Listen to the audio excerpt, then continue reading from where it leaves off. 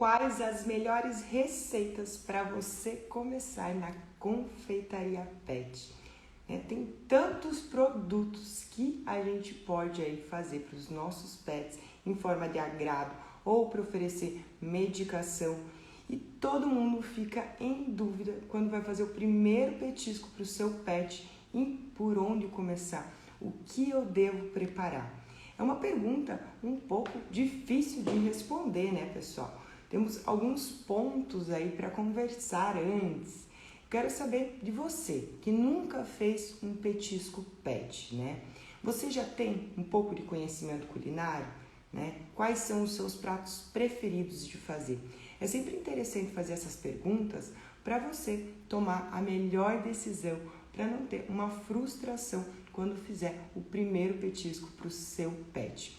Minha primeira dica aqui, quando você for fazer um petisco, é que os pets, num geral, eles preferem as proteínas, as carnes, as vísceras. Então, quando você for optar por fazer o primeiro petisco do seu pet, aposte num produto salgado, né? Se é o seu pet, vai ficar muito mais fácil de você já ter um pouquinho de conhecimento qual as preferências dele. Ele gosta mais de uma carne bovina, de um frango, de um peixe. Você sabendo isso também vai ficar bem mais fácil de você acertar no sabor. Petiscos muito simples, como os patês, né? São aí ótimos para você ter ou na sua geladeira ou no seu freezer. Existem várias formas de fazer patê, mas tendo uma base com um tubérculo, uma proteína moída grelhada e um pouco mais de cremosidade, como no caso de um iogurte natural, você já consegue aí fazer um patê muito saboroso e que você consiga apresentar ele para o seu pet de várias formas, né? Se você já tem um pouco do conhecimento culinário, seja aí para os pratos salgados ou então para a área da confeitaria, também vai ficar muito mais fácil você acertar os pontos, né, a qual é o nosso desejo na questão aí da textura desse petisco, né, como ele deve ficar, qual o visual que a gente deseja alcançar. Então, tudo isso vai ficar muito mais fácil. Pessoal que trabalha com confeitaria, né? A confeitaria humana, ela acaba sendo bem diferente quando a gente fala de mistura dos nossos ingredientes que são permitidos, né? Diferente aí da confeitaria humana, que segue uma série de passos, como fazer uma massa batendo os ovos com açúcar para dar estrutura. Então, a adição de gordura também é bem maior e o resultado ele acaba sendo diferente. Mas para quem já trabalha com bolos fit, por exemplo, vai ter um conhecimento muito bacana de farinhas integrais e também farinhas aí que sejam funcionais, né? É claro que quem vem da confeitaria faz os bolos aí com buttercream, com chantilly, com pasta americana, vai já ter muito mais conhecimento para fazer toda a decoração desse bolo, né? Se você gosta muito de fazer salgados, por exemplo, uma boa alternativa para você montar um estilo, por exemplo, de um docinho, de um salgadinho, é utilizar carnes moídas como base, né? Seja aí a carne da preferência do seu pet. A adição de um tipo de vegetal ou até mesmo uma fruta nessa mistura, e você adicionando um produto seco, né? Então, uma farinha de trigo integral, uma farinha de arroz, né? Uma farinha de amêndoas, por exemplo, que tem bastante gordura, né? E acaba deixando ainda mais saboroso esse petisco. Você já vai ter uma base aí para conseguir fazer uma decoração, fazer uma finalização no contexto até mesmo de uma festa de aniversário. Mas e os patês, Carol? Bom, você falou que eu tenho diversas opções apenas com os patês, né? Então, o que a gente pode fazer com um patê? Com essa base aí de uma batata, um aipim ou um inhame, por exemplo, um pouquinho de carne grelhada e a adição de um pouco de iogurte. Se você faz essa mistura, né? Se faz o cozimento, por exemplo, de uma batata doce em água e mistura a carne e o iogurte, essa mistura vai ficar um pouco mais líquida. Se você faz o cozimento dela no vapor, essa mistura ela vai acabar ficando mais seca. você consegue até mesmo bolear, fazer bolinhas ou fazer outras formas desse petisco, ou então utilizar aí essa base como um patê. Se esse patê ficou muito líquido, o que fazer com ele? Algumas alternativas bem interessantes. Fazer o congelamento dele, né? Ou colocar ele em forminhas de gelo, ou então colocar ele dentro desses brinquedos recreativos e fazer o congelamento. Isso vai fazer com que ele fique mais bem estruturado, principalmente agora no verão, né? Para te dar um tempo. Normalmente esses brinquedos aí são oferecidos quando a gente vai sair de casa, ou então quando o pet está mais entediado e você quer dar um incentivo para ele ali. Então são opções para você ter esse produto com um tempo de validade maior. Então você pode manter até 30 dias na geladeira e oferecer de diversas formas. Se você faz nas forminhas de gelo, né, fica muito fácil de retirar. Se você usa então aquelas forminhas de gelo de silicone, né, você consegue tirar ele apenas uma unidade e manter ele ainda dentro da forminha, né? Se você fizer nessas forminhas que são mais rígidas, onde fica mais fácil retirar todo o gelo, retira e coloca dentro de um saquinho depois que estiver congelado. Ele não vai acabar grudando, porque como já foi feito o congelamento individual, vai ficar ótimo dentro de um saquinho e ocupa menos espaço no seu freezer. No caso de bolos, se você quer começar a fazer bolos, né? Se a sua ideia é fazer um bolo para o seu pet, tenho 2 dicas para vocês. Primeiro, fazer em pequenas quantidades, até mesmo em forminhas de cupcake, colocar em forminhas de silicone de cupcake ou até mesmo nas forminhas de papel dentro das formas de cup. Também acaba com você fazendo uma menor quantidade, podendo testar essas massas, né? E poder aí conhecer vários tipos de farinha. Essas massinhas, elas também podem ser feitas o congelamento por até 30 dias.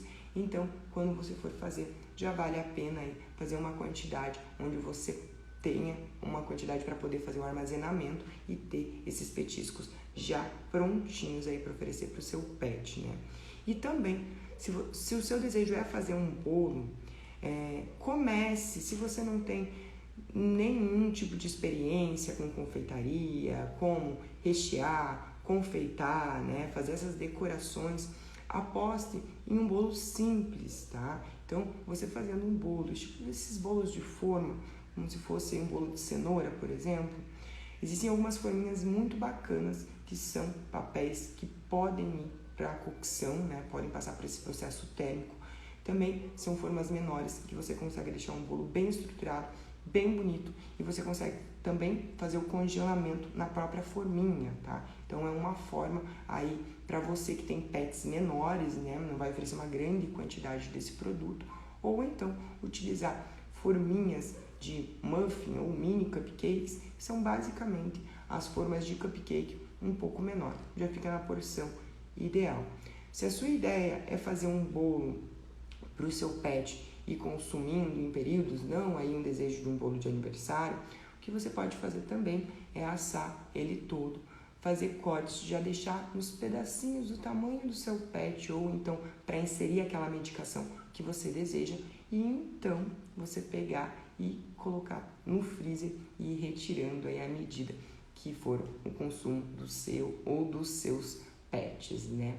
Se você quer comercializar, minha dica é você ter opções doces e salgadas, mas não comece a comercializar sem testar os seus produtos, testar as suas massas, os resultados, como fazer armazenamento e toda a questão aí de higienização, né, pessoal? Então, tomem muito cuidado quando vocês forem começar para venda.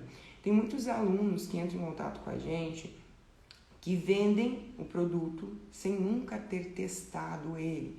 E aí dá aquele desespero, porque não sai o resultado esperado, e normalmente a gente já faz aí no dia da entrega do cliente, tá?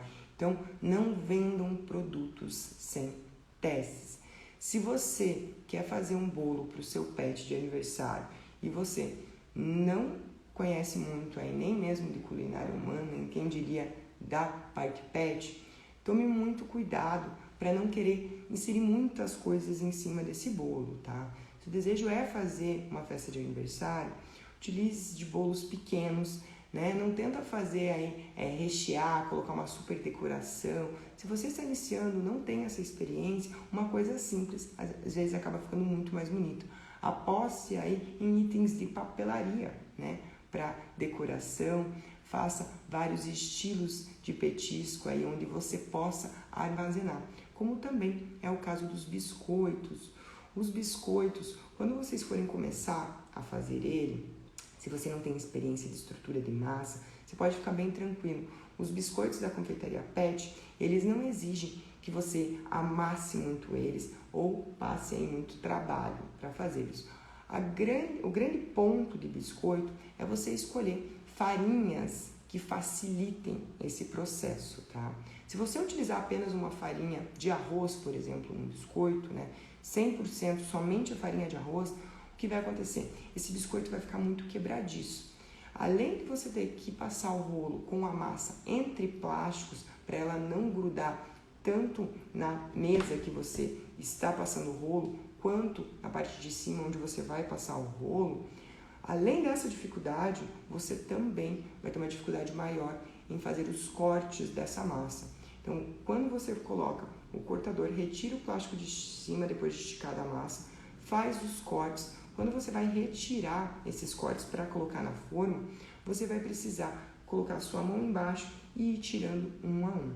Diferente de quando você usa uma base maior, por exemplo, da farinha de trigo integral, onde essa massa vai ficar mais elástica, com mais estrutura, tá? Então, não precisa usar 100% da farinha de trigo integral ou, por exemplo, a farinha de aveia, que também é uma farinha que traz bastante estrutura.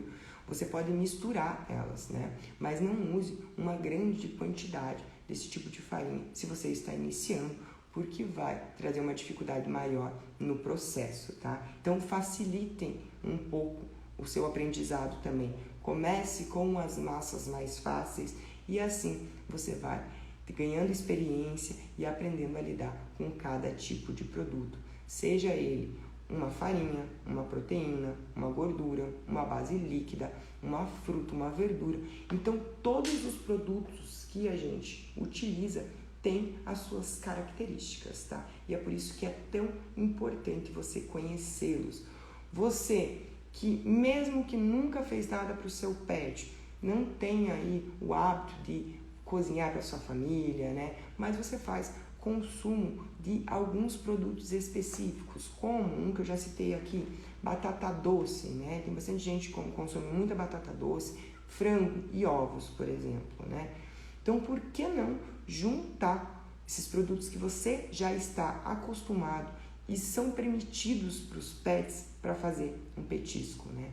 Então, pensem o que vocês já estão acostumados a trabalhar, né? A trabalhar ou então a produzir aí para você mesmo ou para sua família, para tentar achar o caminho mais fácil e decidir qual é a melhor receita para você começar a fazer petiscos para o seu pet. Muito obrigada pela companhia. Tenha uma ótima quinta-feira. Beijo grande para vocês. Tchau, tchau.